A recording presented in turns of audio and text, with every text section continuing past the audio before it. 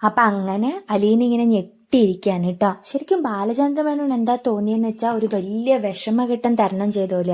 അദ്ദേഹത്തിന്റെ മുഖത്ത് ആശ്വാസം കാണായിരുന്നു. കാരണം ഭയങ്കര ടെൻഷൻ അടിച്ചിരിക്കുകയായിരുന്നു. എങ്ങനെയാണ് ഇത് പറഞ്ഞാൽ അവളുടെ പ്രതികരണം എന്തായിരിക്കും, അലീന തന്നോട് എങ്ങനെ പ്രതികരിക്കും, അങ്ങോട്ട് പോവാൻ സമ്മതിക്കോ, അങ്ങനെയൊക്കെയുള്ള ഭയങ്കര ടെൻഷനിലിരിക്കുന്ന ബാലചന്ദ്രമേനോൻ ഇതങ്ങ് പറഞ്ഞു കഴിഞ്ഞപ്പോൾ ഭയങ്കര ഒരു ആശ്വാസമായി കേട്ടോ. പ്രതീക്ഷിച്ചിരുന്നതിനേക്കാൾ ലാഘവത്തോടെ അദ്ദേഹത്തിന് കാര്യങ്ങൾ അവതരിപ്പിക്കാൻ പറ്റിയല്ലോ എന്നുള്ള ആശ്വാസത്തിലായിരുന്നു അദ്ദേഹം. എന്നിട്ട് വാതിൽ ഇങ്ങനെ കാറിൻ്റെ അടുത്തേക്ക് പോയപ്പോൾ ഇങ്ങനെ കമിഴ്ന്ന് കിടക്കുകയാണ്, സീറ്റിൽ ഇങ്ങനെ കമിഴ്ന്ന് കിടക്കുകയാണ് അലീന. ഭയങ്കര സങ്കടമുണ്ട്, ഇടയ്ക്കിടയ്ക്ക് തുവാലുകൊണ്ട് ഇങ്ങനെ കണ്ണ് തുടച്ചുകൊണ്ടിരിക്കുക കേട്ടോ. അപ്പോൾ അലീനേനെ ഇങ്ങനെ ബാലചന്ദ്രമേനോൻ മോളേന്ന് വിളിച്ചു. അപ്പം ആ വിളി കേട്ടപ്പോൾ മുഖം ഇങ്ങനെ മെല്ലെ തിരിച്ചിട്ട് എന്താ അച്ഛാന്നുള്ള ഭാവത്തിൽ ഇങ്ങനെ നോക്കിയിട്ടോ. അപ്പോൾ നീ എന്നോടൊന്നും ഇത്ര നേരമായിട്ട് എന്നോടൊന്നും ചോദിച്ചില്ല, അതുകൊണ്ടാണ് ഞാനൊന്നും പറയുകയും ചെയ്യാത്തതെന്ന് പറഞ്ഞു കേട്ടോ. അപ്പോൾ ഇങ്ങനെ മുഖത്തേക്ക് എന്നെ ഇങ്ങനെ നോക്കിയിരിക്കുകയാണ് ബാലചന്ദ്രൻ്റെ അലീന, എന്തോ ഉള്ളതുപോലെ. അപ്പോൾ പറഞ്ഞു, പിന്നെ ആരാ പറഞ്ഞ സ്റ്റാൻലി ജോസഫാ എൻ്റെ അച്ഛന്ന്? എങ്ങനെയുള്ള ആളാ സ്റ്റാൻലി ജോസഫ് എന്ന് അച്ഛൻ അറിയോ? അദ്ദേഹത്തിന് അറിയോ ഞാൻ എൻ്റെ സ്വന്തം മോളാണെന്ന്? ഇനിയിപ്പോൾ അവിടെ പോയാൽ തന്നെ എന്നെ അദ്ദേഹം സ്വീകരിക്കോ? അദ്ദേഹത്തിന് ഭാര്യയും മക്കളും ഉണ്ടാവോ? ആ ഭാര്യയും മക്കളും എന്നെ സ്വീകരിക്കോ? അവിടെ ഞാൻ അങ്ങോട്ട് പോയിട്ടുണ്ടെങ്കിൽ ഇവിടെ സംഭവിച്ചതിൻ്റെ ബാക്കിയായിരിക്കില്ലേ ഇനി അവിടെ സംഭവിക്കുക? അവിടുത്തെ ഫാമിലിയിൽ ഭാര്യയും മക്കളും ഒക്കെ ഉണ്ടെങ്കിൽ അവരെന്നെ ഏത് രീതിയിലായിരിക്കും കാണുക? പിന്നെ അച്ഛൻ എന്താ ഇതേപ്പറ്റി ഒന്നും അന്വേഷിക്കാതെ അല്ലെങ്കിൽ ഒരു കാര്യവും തീരുമാനിക്കാതെയൊക്കെ എന്നെ അങ്ങോട്ട് കൊണ്ടുവിടുന്നത്? ഞാൻ ഭയങ്കര ദുഃഖത്തിലാണ്, ഞാൻ ഭയങ്കര വിഷമത്തിലാണ് ഈ കാര്യങ്ങളൊക്കെ ആലോചിച്ചിട്ട്.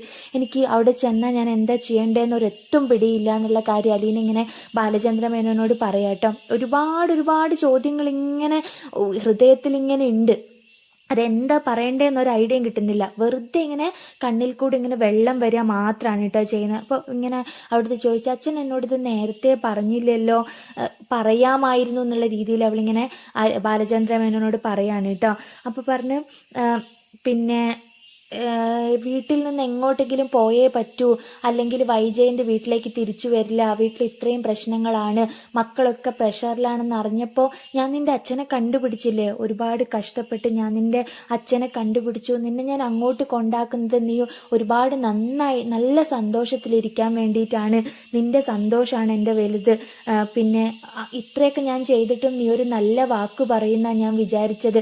നീ എന്നോട് ഇങ്ങനെയാണല്ലോ ചോദിച്ചത്, അല്ലെങ്കിൽ ഇത്രയും കാര്യങ്ങൾ ാണല്ലോ പറഞ്ഞത് എന്ന് ബാലചന്ദ്രമേനോൻ ഭയങ്കര വിഷമത്തിൽ അലീനോട് പറയാണ് കേട്ടോ. അപ്പോൾ അലീനക്ക് ഭയങ്കര വിഷമമായി. അപ്പോൾ അലീന പറഞ്ഞു, സോറി അച്ഛാ, സോറി, ഒരു ഭയങ്കര ക്ഷമാപണം നടത്തിയിട്ടോ.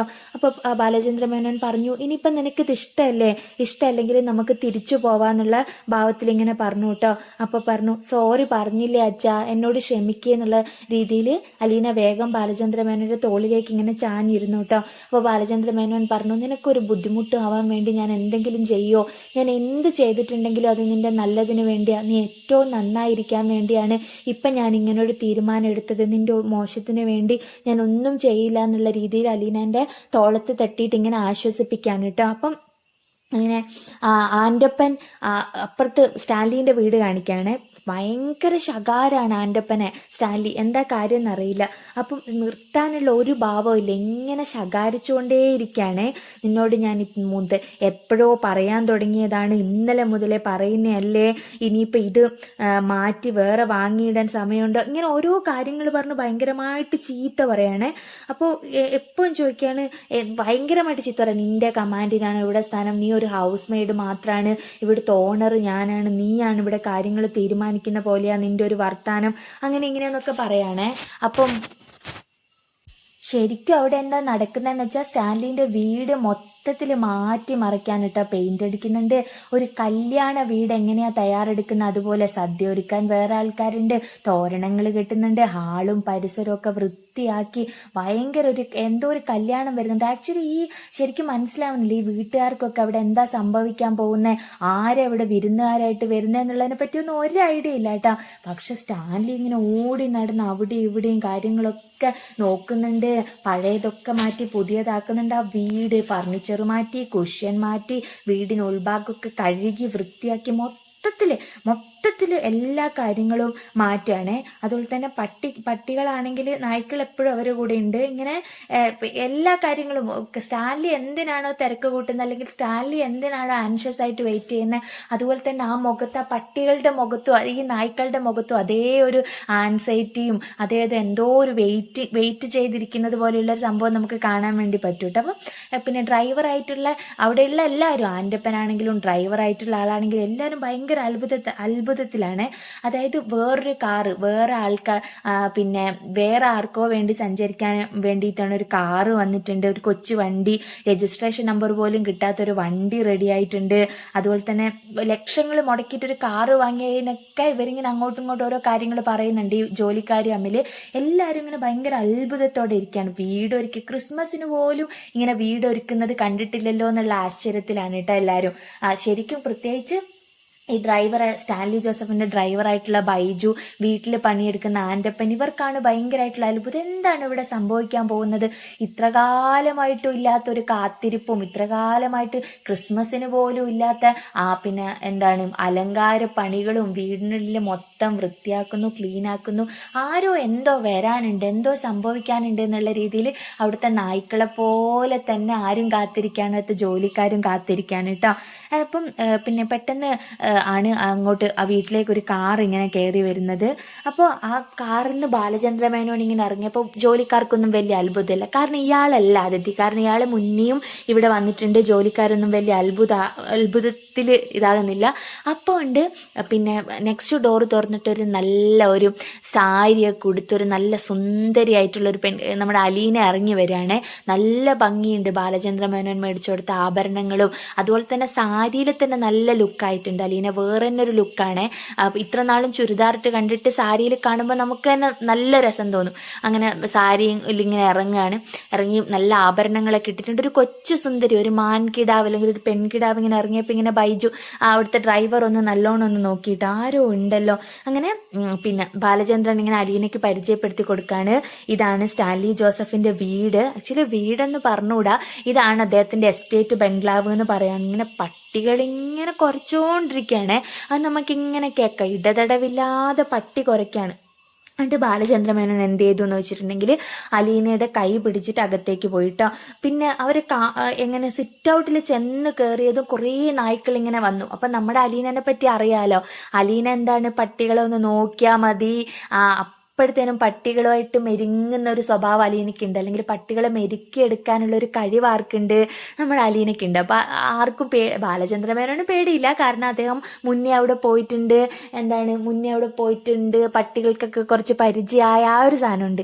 പക്ഷെ അലീന പേടിക്കുന്നില്ല. നമുക്കറിയാലോ അലീനയ്ക്ക് ഒരു പട്ടികളെയും പേടിയില്ല, തെരുവ് നായ്ക്കളെ പോലും പേടിയില്ലാത്ത ആളാണ് അലീന. എല്ലാവരെയും നമ്മൾ ആ ഡോക്ടറെ വീട്ടിലുള്ള പട്ടീനെയൊക്കെ എങ്ങനെയാണ് മെരുക്കിയെടുത്തതെന്ന് മുന്നത്തെ എപ്പിസോഡുകളിലൊക്കെ നമ്മൾ കണ്ടിട്ടുണ്ട്.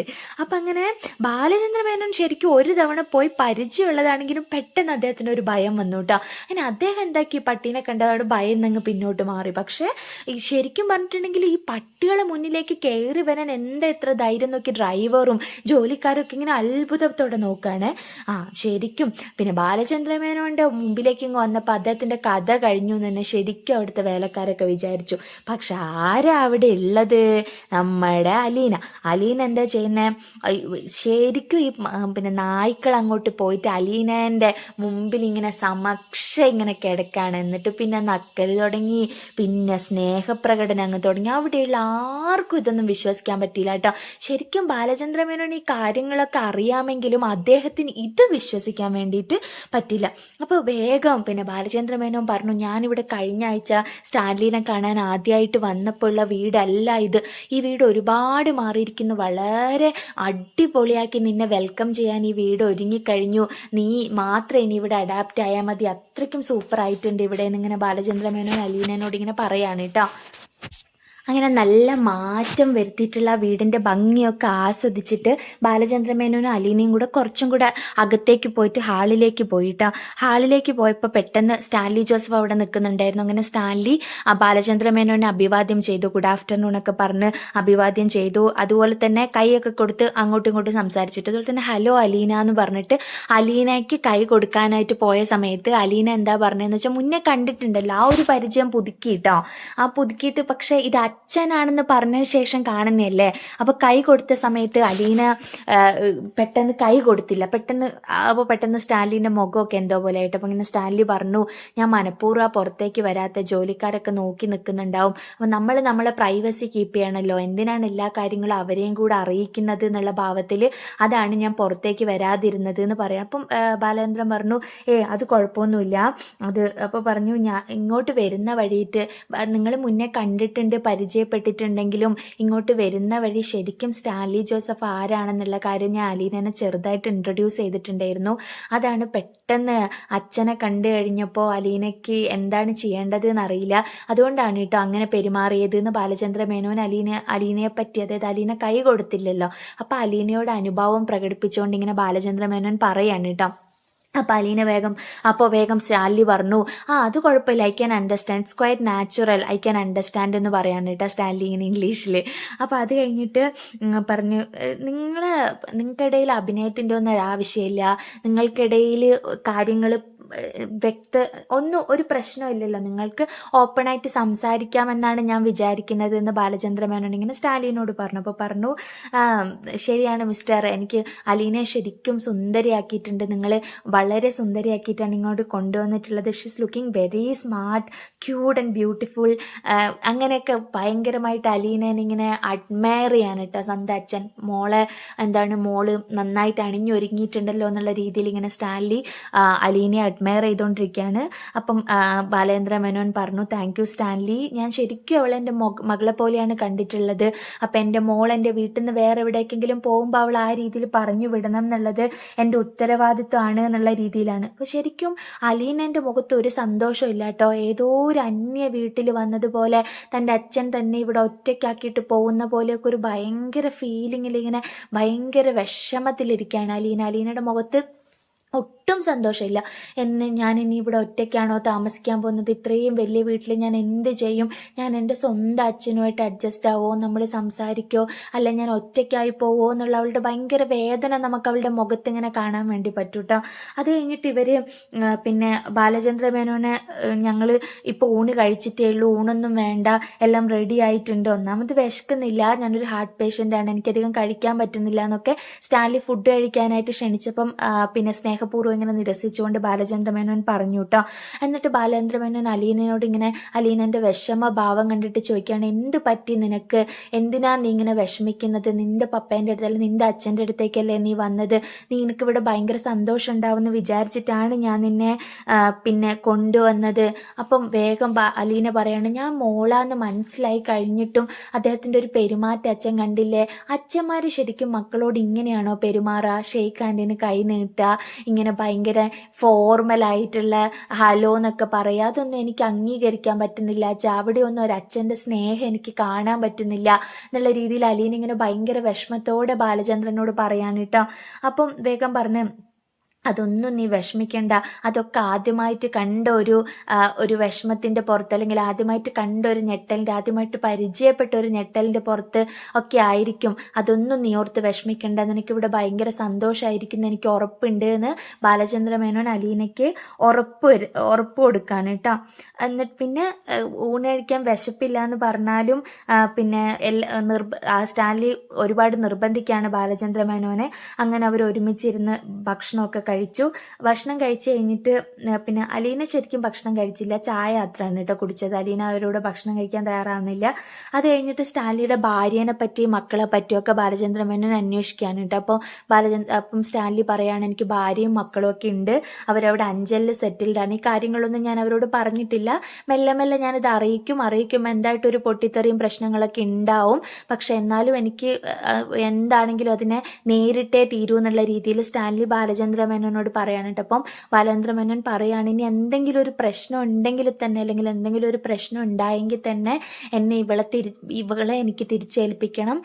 പിന്നെ എൻ്റെ മോളെ എന്നെ തന്നെ തിരിച്ചേൽപ്പിക്കണം. ഇവളെ കൊണ്ട് എന്ത് പ്രശ്നം നിങ്ങളുടെ കുടുംബത്തിനോ നിങ്ങൾക്കോ ഉണ്ടായാലും എന്നെ തിരിച്ചേൽപ്പിക്കണം എന്ന് പറയാണ് കേട്ടോ. അപ്പോൾ അത് കഴിഞ്ഞിട്ട് അച്ഛന് പോകാനുള്ള സമയമായി എന്നുള്ള ഭയങ്കരമായിട്ടുള്ള വേദനയിൽ അച്ഛനും മോളും, അതായത് ബാലചന്ദ്ര മേനോനും അലീനയും ഇങ്ങനെ നിൽക്കുകയാണ്. ഭയങ്കര ഇമോഷണൽ മൊമെന്റ്സിലൂടെയാണ് കേട്ടോ കടന്നു പോകുന്നത്. എല്ലാവരെയും കണ്ണ് നിറയിപ്പിക്കുന്ന ഇമോഷണൽ മൊമെന്റ്സ് ആണ് ഇനി മഴതോരു മുൻപ് സീരിയലിൽ വരാനായിട്ട് പോകുന്നത്. അപ്പോൾ ശരിക്കും ബാലചന്ദ്ര മേനോനെ യാത്രയാക്കാൻ വേണ്ടി കാറിനടുത്തേക്ക് പോവാണ് അലീനയ്ക്ക് ഒരുപാട് കാര്യങ്ങൾ അച്ഛനോട് പറയാനുണ്ട്. അച്ഛൻ ആരോഗ്യം ശ്രദ്ധിക്കണം, അമ്മ വന്നു കഴിഞ്ഞിട്ട് അച്ഛൻ്റെ പ്രഷർ കൺട്രോൾ ചെയ്യണം, അച്ഛൻ അമ്മേനോട് ക്ഷമിക്കാൻ വേണ്ടി തയ്യാറാവണം, മക്കൾക്ക് വേണ്ടി ജീവിക്കണം. അങ്ങനെയുള്ള ഒരുപാട് കാര്യങ്ങൾ ഇവർ തമ്മിൽ സംസാരിച്ചു. കണ്ണിൽ കൂടെ സംസാരിക്കുന്നുണ്ട് അലീനയ്ക്ക് എന്തൊക്കെ പറയാനുണ്ട് എന്നുള്ളത് ബാലചന്ദ്ര മേനോനും കൃത്യമായിട്ട് അറിയാട്ടോ. മക്കളെ നോക്കണം, മക്കൾ ഇന്നത്തെ ഈ അവസ്ഥയിൽ നിന്ന് ഇനിയും താഴേക്ക് പോകാൻ വേണ്ടി പാടില്ല. അമ്മ ശ്രദ്ധ കൊടുത്തില്ലെങ്കിലും അച്ഛൻ അവരെ മേത്തൊരു ശ്രദ്ധ ഉണ്ടാവണം, അവരിനി പരസ്പരം സ്നേഹിച്ച് ജീവിച്ചോളും, പക്ഷെ അച്ഛൻ്റെ സപ്പോർട്ട് അവർക്ക് വേണം എന്നൊക്കെ പറയാണ്. എന്നിട്ട് പിന്നെ കാറിൻ്റെ അടുത്തേക്ക് പോയിട്ടും കണ്ണ് തുടച്ചുകൊണ്ട് മക്കളെ കാര്യങ്ങളും പിന്നെ 3 പേരെയും വിളിച്ചിട്ട്, അതായത് മക്കൾ ഒരുപാട് വിഷമത്തിലാണുള്ളത് അലീന വന്ന്.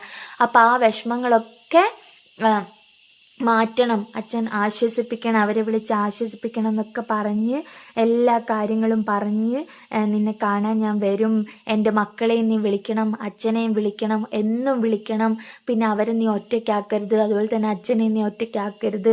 പിന്നെ അത് ശരിക്കും സ്റ്റാൻലി എന്ന് പറയുന്ന ആളൊരു ഉരുക്കു മനുഷ്യനെ പോലെ ഇരിക്കുന്നതേ ഉള്ളൂ. അദ്ദേഹം പട്ടാളത്തിലൊക്കെ ആയിരുന്നില്ലേ, പക്ഷെ അദ്ദേഹത്തിനും ഒരു മനസ്സുണ്ട്. പിന്നെ മുഖത്തൊന്നും കാണാൻ പറ്റില്ല, പക്ഷെ ഉള്ളിൽ നിന്നോടുള്ള സ്നേഹവും നിന്നോടുള്ള അലിവും നിന്നോടുള്ള കരുണയും നിന്നോട് ചെയ്തു പോയ തെറ്റുകളെക്കുറിച്ചൊക്കെ ഒരു ധാരണയുണ്ട്. അതുകൊണ്ട് നീ അദ്ദേഹത്തിനോടും ക്ഷമിക്കണം എന്ന് പറഞ്ഞിട്ട് കാറിൽ കയറിയിട്ട് ബാലചന്ദ്രൻ തിരിച്ച് യാത്ര ചോദിക്കാനിട്ട് അലീനോട്. ഇനിയും നമ്മൾ തുടരും. അപ്പോൾ keep supporting me. Thank you.